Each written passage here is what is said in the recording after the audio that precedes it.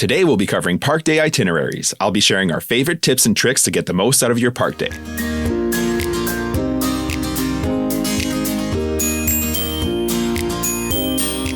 Hello and welcome to the Let's Go to Disney podcast. I'm your host Oliver. Today is Sunday, October 22nd, and you're listening to episode 7, Tips and Tricks for Park Day Itineraries. Before we get into today's main topic, here's what's going on in the parks right now. Disney Parks blog announced that Blizzard Beach will finally be reopening after an extended closure that began in March. The water park will be opening beginning on November 6th. The closure had been for routine refurbishment that came on the tail end of Typhoon Lagoon's refurbishment, which was completed in March of 2023, before the Blizzard Beach shutdown. Disney Parks blog also announced a foodie guide to all the eats that will be coming to Jollywood Nights, which is the brand new hard-ticketed event coming to Hollywood Studios this year. It will run 10 nights between November 11th to December 20th. Fiesta en la Calle will grace Commissary Lane, which will feature Latin music, decor, and holiday traditions. ABC Commissary will feature multiple menu items for the event. Among the menu additions, there will be chicken empanadas with street corn, yuca con chicharrón, which is fried pork belly with yuca, onions, chili pepper, lime seasoning, and yellow pepper aioli, a mushroom taco, a birria taco with shredded short rib and Monterey Jack cheese. That sounds amazing. They'll also have tembleque, which is coconut rice pudding with caramel sauce and cinnamon, Mexican hot cocoa cheesecake, mangonada, which is a frozen non-alcoholic drink, as well as zero-proof pina colada and an Osaka old-fashioned. Over at Baseline Tap House, you'll find the tuna ceviche with marinated ahi tuna, pico de gallo, and avocado cream, a charcuterie cup with meats, cheese, veggies, and bread. You'll also find a beer margarita with Patrol tequila and a Scrimshaw Pilsner served over ice. I'm very curious about this one. At Dockside Diner, there will be a spicy pimento kimchi, roasted eggplant dip, poutine tots, and a Christmas cookie stack, which is vanilla cookies with pistachio buttercream that's green in color, cranberry and raspberry jam topped with sprinkles, and a star on top. It looks like a Christmas tree. It's such a cute snack. I will 100% be trying that one. There will also be the Sandy Claus hot cocoa and the Naughty or Nice cocktail with Crown Royal, ginger, orange, cranberry, and grapefruit juices. Over at Epic Eats, you'll find a spicy Korean chicken funnel cake, a brisket Reuben funnel cake, s'mores funnel cake, and a Sam Adams winter lager spiced with cinnamon, ginger, and an orange peel. At Fairfax Fair, you'll find the turkey popover, which is roasted turkey and a creamy mashed potato base with gravy, cranberry chutney, and a house-made popover. Wow, that sounds tasty. There's also just the sides popover with mac and cheese, collard greens, ham, and cornbread. The PB&J donut, Kermit's Frozen Banana Bliss, which is a frozen banana with white chocolate caramel swirls and whipped cream, and the mistletoe martini with vodka and Saint Germain elderflower liqueur mixed with cranberry juice. Over at Gertie's Ice Cream of Extinction, there will be a Christmas Gertie cookie, which is the dino with a Santa hat. It looks super cute. Over at the market, you'll find buffalo chicken spring rolls, Frozone snowball macaroons, spiced apple cider, zero-proof apple cider, and an in-holiday fashion with bourbon, rosemary syrup, cranberry, and lime juices with cinnamon. Pizza Rizzo will be offering a giant meatball with cheese polenta, as well as a couple of flatbreads, tiramisu puffs, and an assortment of drinks. In the courtyard of the Twilight Zone Tower of Terror, there will be the Tip Top Club that will offer a few seasonal drinks like the Fifth Dimension Royale, Twilight Daiquiri, Sparkling Pomegranate Apple Cider, and the Domaine Saint Michel Brew. The Trolley Car Cafe, which is Hollywood Studios' Starbucks location, will have the Ornament Mousse, which will be a dark chocolate cherry mousse shaped like a Christmas ball. It looks really pretty. The Hollywood Brown Derby Lounge will have the Jazzy Holidays. It'll be a wait list, and you won't be able to just walk in and out of this one. You'll have a variety of menu options at your table when you're seated. Some menu options will be the Oyster Rockefeller, Crispy Duck Drumettes, Charcuterie, Shrimp Cocktail, among others. Joffrey's will also be offering 2 specialty drinks, the Tinseltown Teeny and the Round 'em Up Latte. Now, I know that's a lot. If you want all the details and more, you'll find photos and descriptions of these menu items on the Disney Parks blog website. We'll be at Jollywood Nights on November 29th, so we'll make sure to report back on the brand new party and all of the delicious treats. Having said that, let's get into today's main topic, which is how to plan your park day itinerary to get the most out of your day.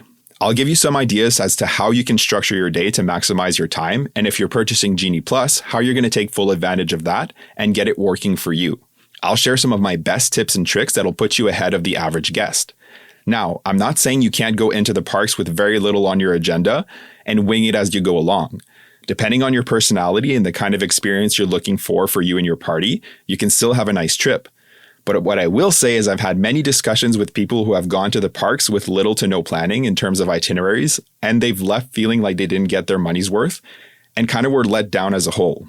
If this is your first trip or your once-in-a-lifetime trip, or you're not sure if or when you'll be back, I really think some planning now will make your experience while you're on property that much better. When people tell me they've had disappointing trips, it really makes me sad, and I don't want that to be you. So what I am saying is, with some planning and forecasting of what your park day could look like, you're much more likely to get more done and leave feeling like you did everything you could have wanted. If you learn about Genie Plus and Lightning Lanes, the landscape of the restaurant offerings and mobile ordering, the different attractions, shows, experiences, the transportation options, and how to get around property, you won't have to worry about trying to learn all these things when you are on property. Again, some preparation now makes your park going experience that much smoother. Now, it's important to manage your expectations. Plans change, weather takes a turn, attractions face long closures, attractions and pools go down for refurbishments. Even if you're a diligent planner, some things can and will go wrong. Having said that, if you're prepared for that, you're more likely to be able to pivot and still have a nice park day and, more broadly, a wonderful trip. There is a lot to do in Disney World, more than you can get done in a trip. But if you go in with realistic expectations, knowing that sometimes things won't go exactly as planned, you'll almost certainly be happy with what you did get done, and anything on top of what you planned just becomes the cherry on top. And anything you don't have a chance to experience, look at it as a reason to come back and something you'll be able to prioritize and experience during your next trip if there is one. Having said all that, I'm going to break down some of my favorite ways to experience the parks. I'll give you sample itineraries of what your day could look like and how to maximize your time so that you and your party can have the best chance to see and do everything you'd like to experience. Now, I realize that every person and party is different, and what works for me and my wife and our kids when they're with us may not work for you. So be mindful that you can interchange the attractions, shows, dining locations as your heart desires. Let's kick things off at Magic Kingdom. So if you're an early riser, or even if you're not, but you can get yourself and your party out of bed early for your park day, you'll be rewarded with shorter lines and the potential to get quite a lot done in the first bit of the day before the crowds start to get really heavy around mid-morning. This is called rope dropping. Another thing that'll make your morning smoother, in my opinion, is having a bite to eat before you leave your room. If you're a coffee drinker, have a cup or two first thing. The reason I say this is that you don't want to waste precious early entry time in the first bit of the day stopping for food or coffee. This is where, if you play your cards right, you'll be able to get a lot done, and you can slow down a little later and stop and smell the flowers, so to speak, and grab some fun snacks or sit down for a quick service or table service meal a little later. So if you're staying on or off property, it'll slightly change your experience first thing in the morning. If you're staying off property, you won't qualify for early theme park entry, but you can still arrive for early entry, and I suggest that you do just that. Here's why. Let's say Magic Kingdom officially opens at 9, so early entry will start at 8:30. That means right around 7:30, the first guests from the monorail, buses, arriving on foot will be allowed to queue at the touch points. Now, these guests are all likely staying on property and will qualify for early entry. So you don't need to be at the front of the pack, but I suggest you arrive between 7:30 and 7:45 to the touch points, and they will be open well before 8:30. You'll actually be allowed in the park at the same time as resort guests. If you are a resort guest, I suggest you're on the first bus leaving your resort or grabbing that first monorail of the day and being as close to the touch points as possible. If you're arriving on foot, aim to be at the park around an hour and 10 minutes or so before early entry. Once inside is where the experience differs a bit. So inside the park, before early entry begins, you'll be able to walk up and down Main Street and take photos of the castle with a lot less guests around. If you don't qualify for early entry, this is the perfect time to do just that. If you do qualify, once you're in the park, you'll head to the end of Main Street walking towards the castle and then turn right towards Fantasyland and Tomorrowland. Here you'll encounter a walk of cast members with tablets, and they'll tap your magic band or tickets or phones to confirm that you qualify for early entry, and then you'll be able to head to either Fantasyland or Tomorrowland for the second portion of Rope Drop. Adventureland, Frontierland, and Liberty Square don't open for early entry with Fantasyland and Tomorrowland, so you're either queuing to get into Tomorrowland or Fantasyland. In Fantasyland, they'll hold you right by Cheshire Cafe. There'll be a physical rope with cast members, and they'll hold you there right till around 8:30. The cast members are from the differing attractions, and when they remove the rope and officially open, you follow the cast members to the attraction you want to go to. People get quite antsy, but it's important to stay calm and orderly and just follow the cast members' instructions. They do this literally every day. Obviously, the vast majority of people here are heading straight for Seven Dwarfs Mine Train. Over at Tomorrowland, it's a very similar experience. The cast members will hold guests on the far side of the bridge that leads into Tomorrowland from the hub. Once they open the park over here, same thing. The cast members from the differing attractions will lead you to the differing attractions. Most people here are heading straight for Space Mountain.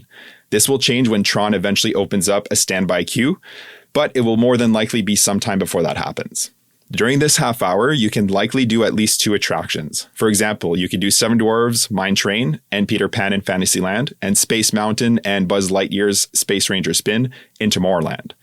For Fantasyland, here's a super well-kept secret and pro tip. If you rope drop Seven Dwarfs and you get on it pretty quickly, by the time you get to Peter Pan, you're likely going to see an inflated wait time already, something like 40 minutes or more. Get in line. I can almost guarantee you'll be waiting a fraction of that. During early entry, there are no lightning lanes, so the line keeps moving pretty quickly. We always do this, and I've never waited more than 15-20 minutes to get on Peter Pan immediately after coming off Seven Dwarfs. We've done this, just my wife and I, and we've done it with our kids, and it's worked like a charm literally every time. After this, if it's not already 9 o'clock in the morning, it should be pretty close, and you could head into Liberty Square, Frontierland, or Adventureland from there to ride Haunted Mansion, Big Thunder Mountain Railroad, or Jungle Cruise. If you're a non-resort guest, like I said, when you first enter the Magic Kingdom, you can snap a few photos of the castle, look around, and then I suggest queuing for rope drop of Adventureland for Jungle Cruise. Cast members will hold you here in much the same way as they do in Fantasyland and Tomorrowland. Jungle Cruise gets a long queue pretty quickly and stays long all day. This is in part due to the load and unload of the boats, but I digress. Definitely a good one to prioritize for non-resort guests. Another thing I haven't touched on yet is Genie Plus, individual lightning lanes, and virtual queues. So for Magic Kingdom, if you're purchasing Genie Plus, quick reminder that you should be purchasing it before 7 a.m. as you'll be able to make your first lightning lane selection at 7 a.m. I recommend booking either Peter Pan or Jungle Cruise for your first ride, as these will be the first to book up and you'll see those return times slip later and later pretty early on in the day. For individual lightning lanes, again, these are separate from Genie Plus, and in Magic Kingdom, you've got Seven Dwarfs Mine Train and Tron. Individual lightning lane prices are per person, and for one ride through, usually between $10 and $20 depending on the attraction. Genie Plus will be between $15 to $30 per person, typically but almost surely above $20 and closer to $30 for Magic Kingdom.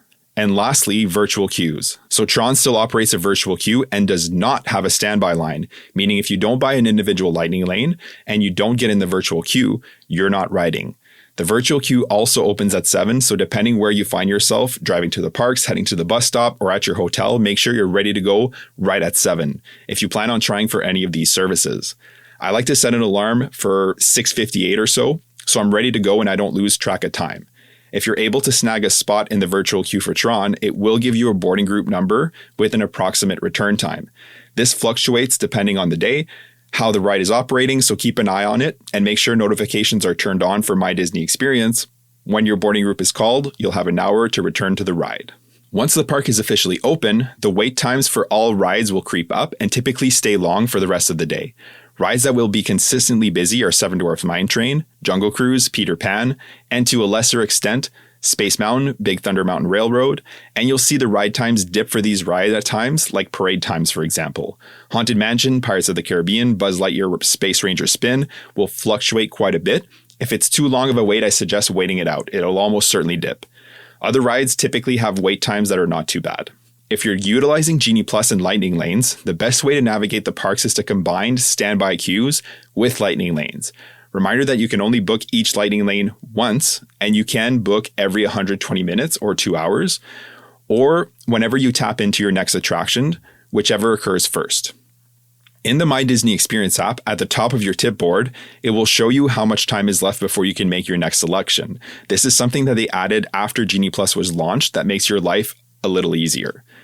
In terms of making your Genie Plus selections, as the day goes on, it's important to keep on top of your selections and select the more in-demand rides. I beg you, don't book It's a Small World when you haven't ridden Peter Pan or Jungle Cruise.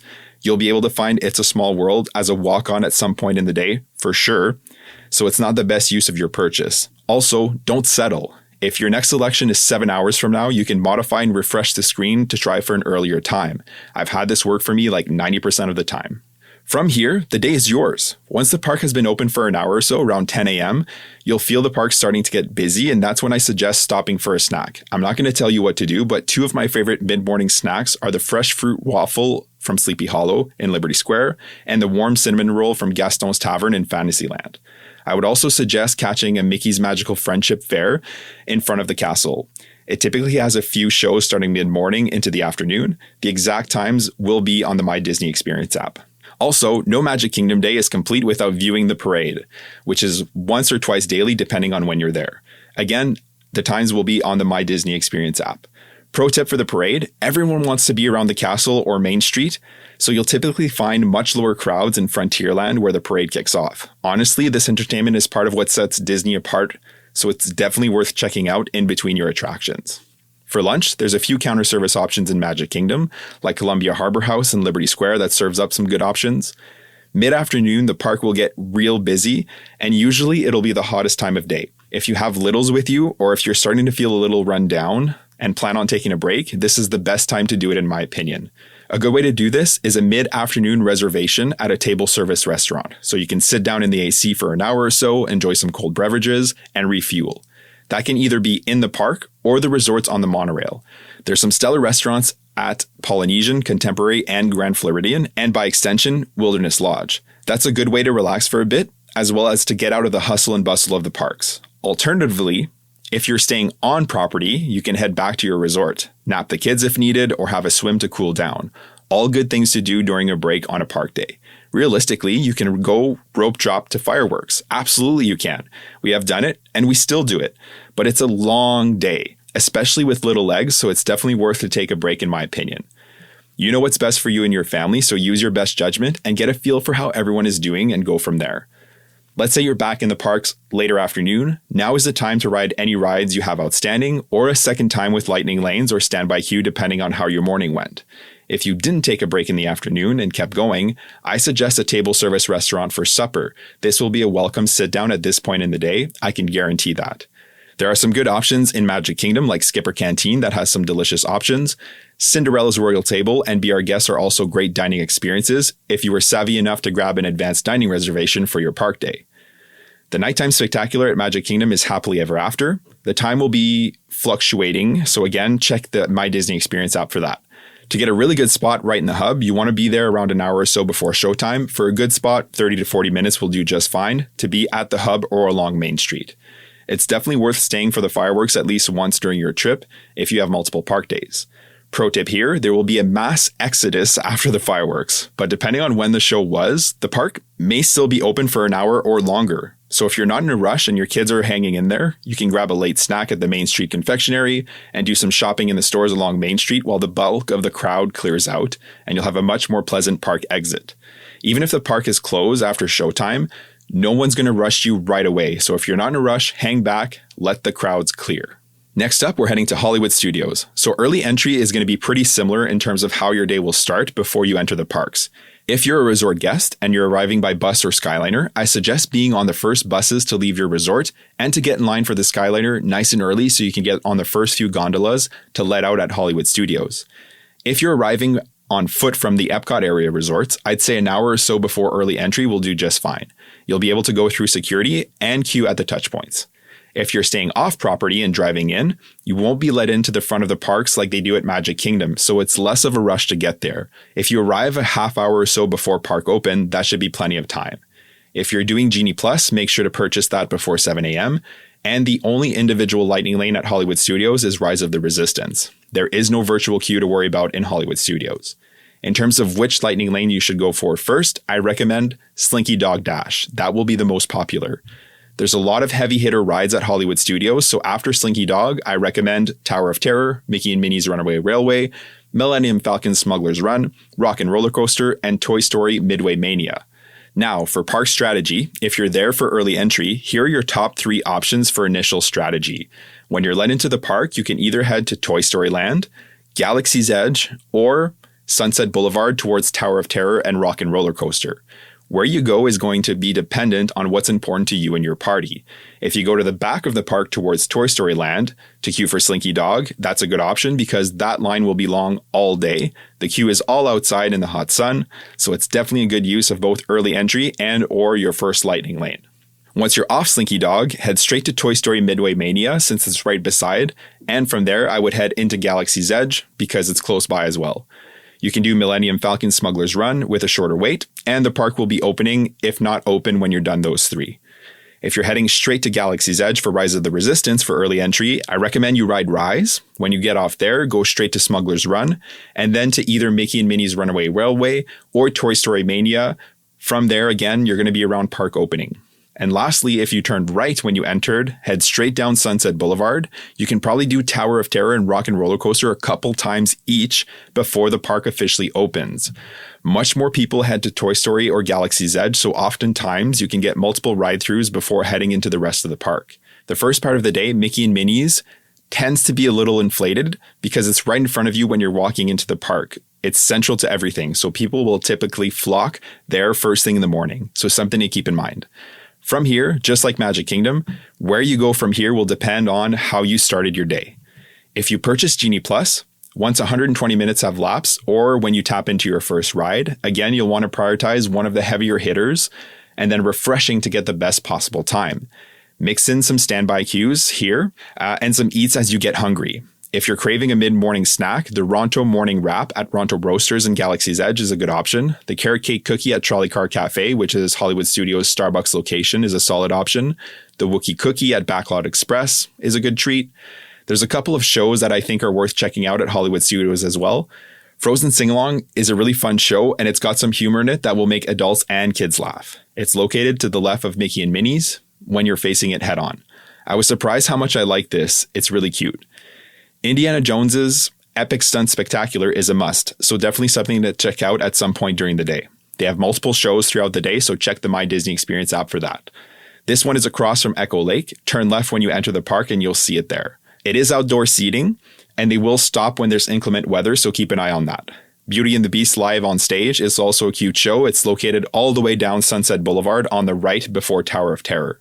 You can also head to Pixar Plaza behind Mickey and Minnie's to meet and greet with Mr. and Mrs. Incredible, Frozone, and Sully from Monsters, Inc. Some people hold the opinion that Hollywood Studios is not a full-day park. While it's true that it's smaller, it's got a lot of great rides and shows, and you can definitely make a full day here, especially if this is your first and only trip and you've only ever been a couple times. If you take a midday break here, you've got some options to get you out of the parks. If you're staying at the Epcot or Skyliner resorts, you can take the Friendship boats or Skyliner back to your resort for a swim, a nap, or just some time away from the hustle and bustle and the heat. You can also grab lunch at the Epcot area restaurants.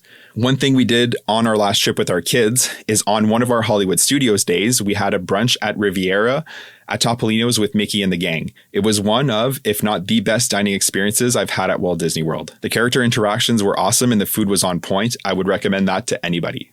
Now, if you stay in the park all day, there's a couple of good places to grab a meal. Either sit down or counter service. Backlot Express is a good spot with eats that most should enjoy, and there's also Baseline Tap House. This is a lounge with a good selection of beer and a really good and reasonably priced charcuterie board. This is pretty much a must-do when it's just my wife and I.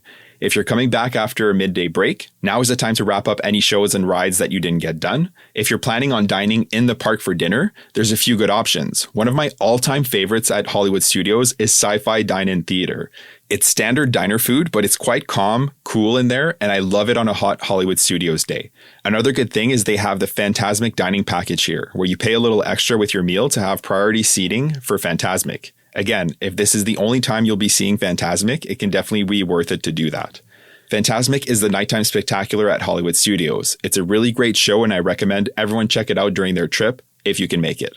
There's one or two shows, again, depending on the time of year, so keep checking the My Disney Experience app. On that note, when it gets dark out, I highly recommend heading back into Galaxy's Edge and Toy Story Land to check out the lands when the sun is down and all the lights are on. Also, there's the Disney movie Magic, which is a nightly projection show on the Grauman's Chinese Theater that houses Mickey and Minnie's. It's worth checking out as well. There will be a mass exodus after Fantasmic or the movie Magic show, so again, if you're not in a rush, let the crowds clear out before heading to your transportation option, whatever that may be. Next itinerary, we're going to Epcot. So early entry for Epcot is going to be a little different. You may or may not know, but there's actually two entrances to Epcot. There's the main entrance and the International Gateway entrance that spits you out in between France and UK pavilions. What entrance you enter the park will depend on where you're staying and what mode of transportation you're taking. So if you're staying at the Epcot area resorts like Yacht and Beach Club, Boardwalk Inn, Swan and Dolphin, Swan Reserve, you'll be able to walk to Epcot's International Gateway entrance with your own 2 feet from there. Also, guests arriving by Skyliner, so any guests staying at the resorts with Skyliner access, will also arrive via the International Gateway entrance because that's where the Skyliner station is at Epcot.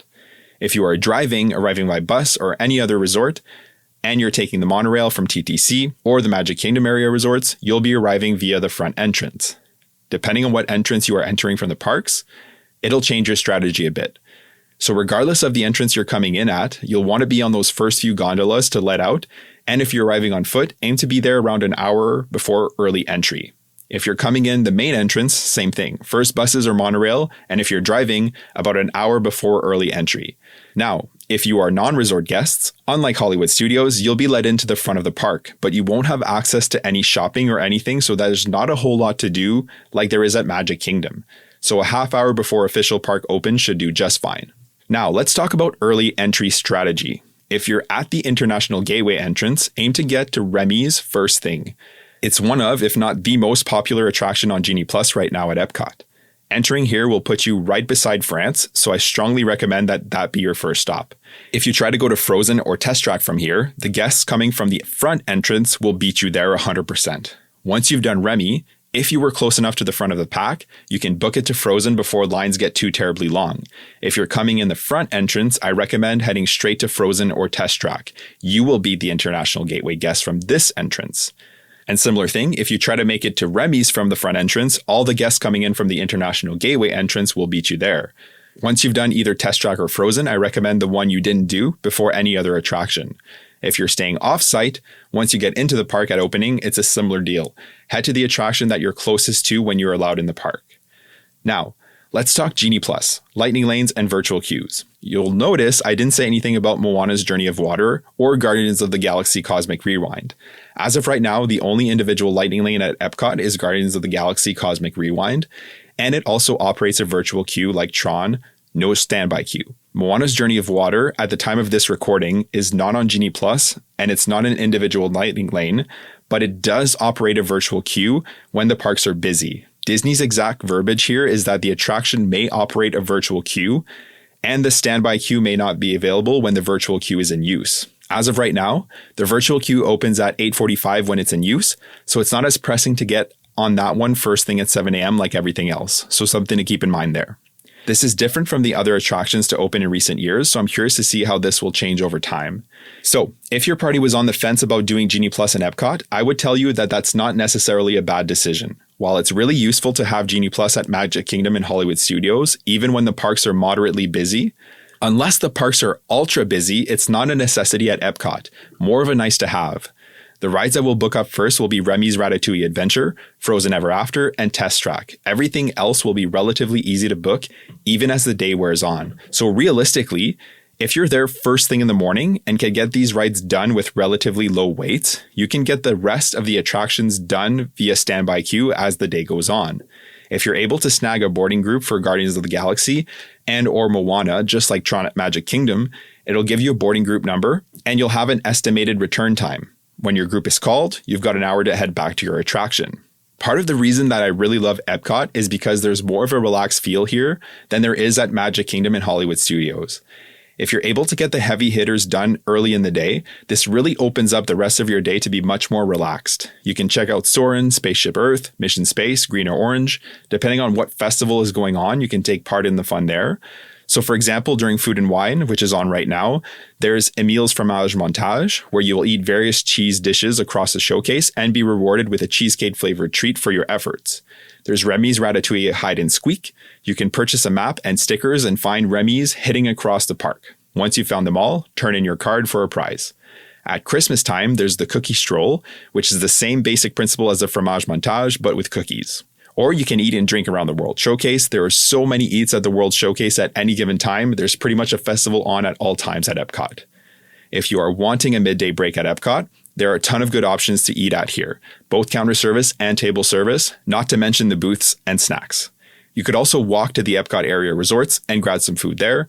I'm partial to beaches and cream at the Beach Club. They have awesome sundaes there among other diner food. But really, it's not necessary to go off property. You truly have a ton of options in the park. I personally snack at this park more than any other because of all the yummy treats around the World Showcase. Some of the best places for snacks are Caramel Couche in Germany and Les Halles Boulangerie and Patisserie in France. Whether you took a break or stayed in the parks to enjoy the attractions and walking around the World Showcase, you can have dinner in any of the great restaurants here, counter or table service. Space 220 is a super fun experience for the whole family if you were able to get an advanced dining reservation. The afternoon and evening, you can enjoy the World Showcase, check out any attraction you may have missed. Right now, there's Mickey and Minnie meet and greet in their Disney 100 Platinum outfits, so you should definitely check that out while it's available. There's also a Moana meet and greet near the new Journey of Water attraction if you've got Moana lovers in your party. You can also meet Anna and Elsa at Royal Summer House in the Norway Pavilion. In terms of nighttime entertainment, there's a special light show on Spaceship Earth to celebrate the Disney 100th on right now. The show starts when the sun goes down and happens every 30 minutes or so continuously during the evening. For fireworks, Harmonious had its last show last April, and Epcot Forever returned for the time being. Luminous, Story of Us, Nighttime Spectacular, will have its debut show on December 5th, so make sure to check that out if you have a trip on December 5th or later. Same thing as the other parks, post-fireworks, everyone will be leaving at the same time. If you're not in a rush, again, take your time. Last but certainly not least, we have Animal Kingdom. So just like Epcot, I love Animal Kingdom because of the more relaxed feel at this park. I always say Magic Kingdom and Hollywood Studios for the rides, Epcot and Animal Kingdom for the vibes. It just doesn't feel as rushed. And similar to Epcot, if you can get your must-dos done first thing, you can pretty much relax and coast for the rest of the day. On that note, Animal Kingdom is very similar to Epcot in terms of how the day starts. If you're arriving by bus, just like the other parks, try to be on the first bus to leave your resort, and you'll be able to start queuing at the touch points about an hour before early entry. If you're driving, about an hour before early entry will do just fine. If you're a non-resort guest, just like Epcot, they'll let you into the front of the park, but you won't be able to get further in where the shops are because the cast members will screen for early entry guests before that point. So if you're not coming in for early entry, a half hour or so before official park open will do just fine, and you can grab a coffee at the Joffrey's near the entrance while you wait. In terms of strategy to get inside, again, Animal Kingdom is similar to Epcot in that there's a few rides you'll want to prioritize. After that, there's not a huge rush. So when you're allowed in for early entry, I strongly suggest you head straight to Flight of Passage in Pandora. This attraction typically has the longest line and will stay consistently long throughout the day. When you enter the park, keep left. The cast members will scan your magic band, ticket, or phone, and keep left the whole way into Pandora. Once you get to the entrance to Pandora, hopefully near the front of the pack, you'll be held for a bit until closer to the actual early entry time. Cast members will then either lead you to Flight of Passage or Navi River Journey. I don't suggest Navi River Journey at all to be your first ride. You can go to Flight of Passage and then go to River Journey right after with a still super short wait. Once you've done both rides in Pandora, I suggest heading straight to Kilimanjaro Safaris. They will have longer waits as the day goes on. And it's good to go early in the morning before it gets too hot. You can encounter more animals by going earlier in the day. For non-resort guests, it's still worth it to head into Pandora to get Flight of Passage done. On busy days, wait times for Flight of Passage will hover around 2 hours all day. So get it in and out of the way early is definitely a smart move. In terms of Genie Plus and Lightning Lanes, Flight of Passage is an individual Lightning Lane, and the others are on Genie Plus. But really, there's not a ton of rides at Animal Kingdom, and not only that, if you're able to get the heavy hitters done in the morning, like we just mentioned, there's not really a need for Genie Plus at all, unless, again, it's the absolute busiest time of year. If you are buying Genie Plus, and again, just to clarify, I don't recommend this like 97% of the time, then I would pick Navi River Journey first, and then Kilimanjaro Safaris, followed by Expedition Everest. These will usually have availability consistently. It's not as hard to snag Lightning Lanes here compared to Magic Kingdom and Hollywood Studios. Once you've had a good start here and you're thinking about something to eat, Flame Tree Barbecue and Satuli Canteen are both good options. If you can get into the Nomad Lounge, which is the lounge attached to Tiffin's near the entrance to Pandora, they have phenomenal eats and drinks here. They have a walk-up wait list that fills up, but it's worth a stop if you can snag a spot. You don't need a full day at Animal Kingdom to do most attractions and a couple shows if you stay through lunch. You can finish up the last attractions and experiences you want to do before you depart the park. The Festival of the Lion King show at Animal Kingdom is really good, and I strongly suggest checking this out during your park day. It's in the Africa section of the park. Finding Nemo, The Big Blue and Beyond is also a good show that's fun for the whole family. That's in Dino Land. And Tough to Be a Bug is at the base of the Tree of Life, and it's also worth a visit. There is no true nighttime spectacular at Animal Kingdom like there is at the other parks. When the days are shorter and it gets darker earlier, there's a light show projected onto the Tree of Life that plays on a loop. It's very pretty. Pandora is also very cool to see at night. It's worth either staying till night falls or coming back in the evening to check it out. We don't often stay late at Animal Kingdom. Once we've done everything we wanted, we usually head back to our resort, get changed, and head into Disney Springs for dinner or shopping. If you do decide to stay later, there's a couple of good dining options in Yak and Yeti, Tusker House, and Tiffin's. If you're willing to grab a bus to Animal Kingdom Lodge, there's some stellar restaurants there in Sanaa. Try the bread service, Jiko, which is more upscale, and the Boma Buffet restaurant. At the end of the day, there's so many different ways to do the parks. We found this to be a pretty efficient way to navigate the parks and to give you the best chance at doing most of what you want to do in a park day. At the end of the day, you know what's important to you and your family, and you can tweak what you're doing to suit your needs. With that said, thank you so much for joining me today to talk Disney itineraries. To make sure you don't miss any future episodes, make sure to subscribe to the podcast. I would also love it if you could take a moment to rate and review the show. This helps us reach more listeners, and I love the feedback. Make sure to follow us on Facebook and Instagram for much more magical content. The link tree in the show notes will take you to all our socials. Have a great day, and we'll see you real soon.